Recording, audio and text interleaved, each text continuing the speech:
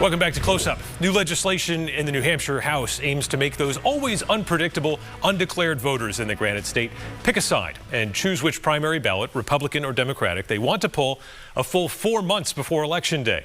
Bill sponsors say the intent is to prevent what they see as unfair meddling in primaries.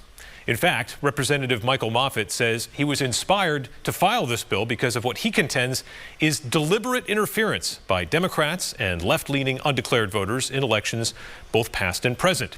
He accuses them of swaying the 1996 primary for governor on the Republican side, throwing the race to conservative Ovid Lamontagne, who defeated then Congressman Bill Zeliff in a big upset.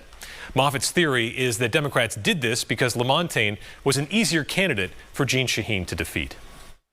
So what happened seems to involve a concerted effort on the part of some folks from one party to declare as independents or unaffiliated and frankly, to control the outcome of the other party's primary. The popular Zeliff had experience and name recognition, and probably it was seen as near unbeatable in the general election.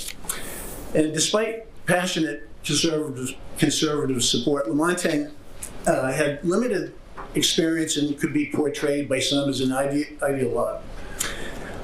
As I said, and I like Ovid. So the other party seems to have gone all in for Lamontagne over Zeliff in that September 1996 GOP primary.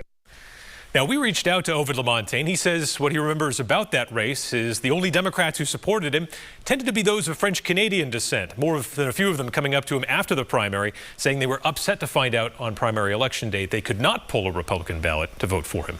In a statement, Lamontagne said, quote, "While I recognize it has only been 27 years, this is the first time I have heard speculation that mischief-making undeclared voters skewed the results of the 1996 Republican state primary.